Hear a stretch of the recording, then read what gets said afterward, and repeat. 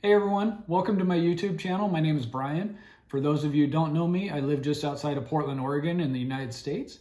And in the next few weeks, I'm traveling to walk the Camino de Santiago. When I tell people this, a lot of people have heard of the Camino de Santiago or they know someone who's walked it. Some people have no idea what it is. So in this video, I just want to talk a little bit about kind of the origin of it and some terminology that you may hear in future videos so you can have a better understanding of what I'm talking about. But the Camino de Santiago, the literal translation is the Way of St. James. Camino in Spanish means way or road, and San is saint, and then Portuguese for James is Tiago. So when you combine it all together, you have the Camino de Santiago, which is the Way of St. James. And it originated as a religious pilgrimage, started in about 814 AD, when supposedly the remains of the Apostle James were located in Spain and located to a city for burial in kind of northwestern Spain.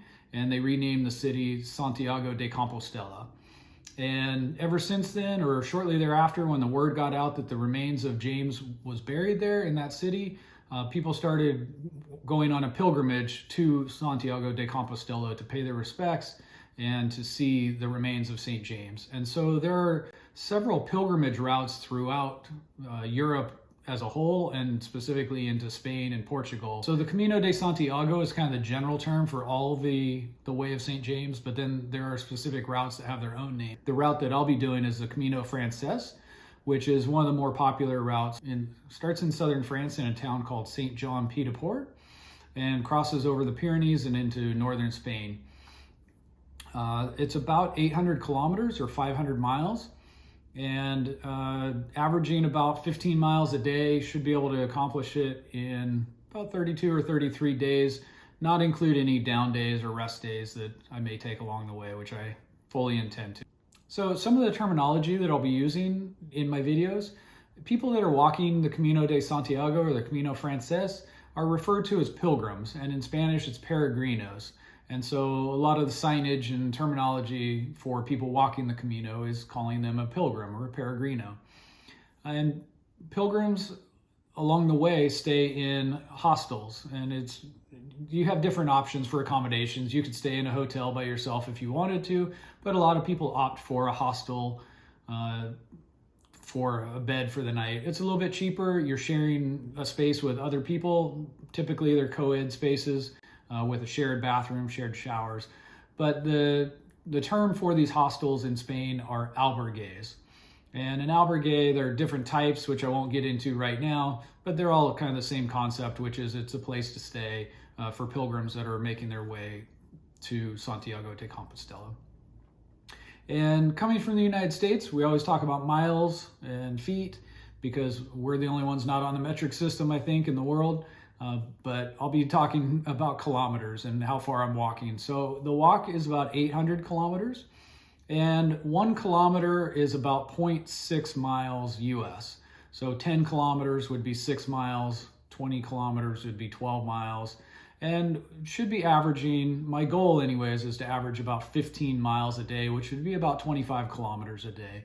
So some days will be a little shorter, some days will be a little longer, but that's kind of the average that I'm going for. And again, that doesn't include any rest days that I might take along the way to recover and get my energy back or to sightsee. Other things to know about the Camino de Santiago. So I'll be starting from the French town of Saint Jean Pied de Port at the base of the Pyrenees.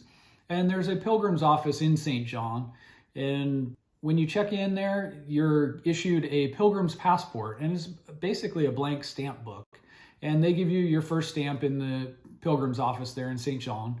And then as you stay in hostels or go to bars or restaurants along the way, you'll get a stamp, and even in churches and things like that, as you make your way to Santiago, you'll get stamps along the way. And then when you reach Santiago, there's another pilgrim's office there, which you can turn in your passport, your pilgrim's passport, and get a certificate of completion that you completed the route.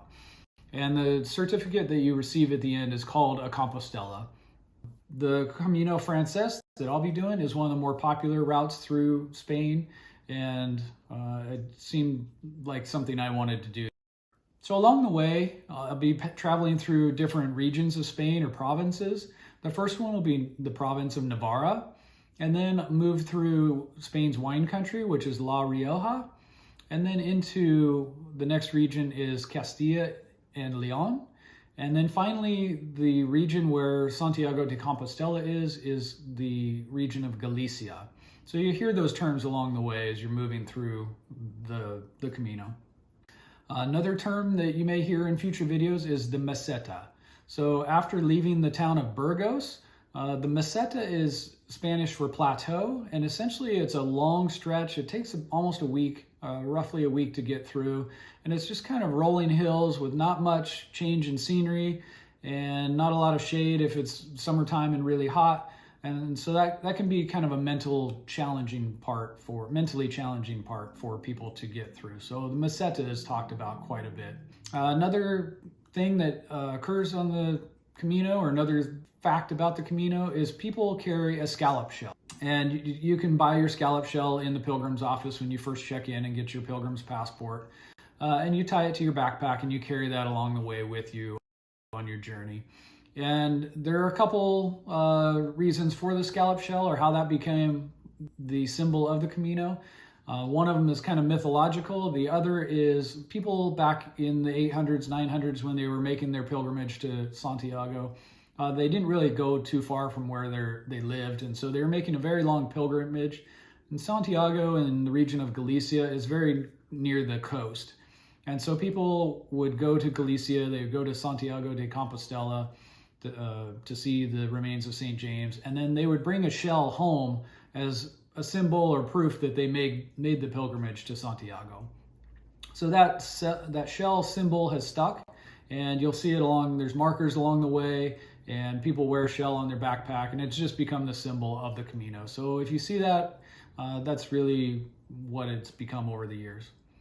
So, all right.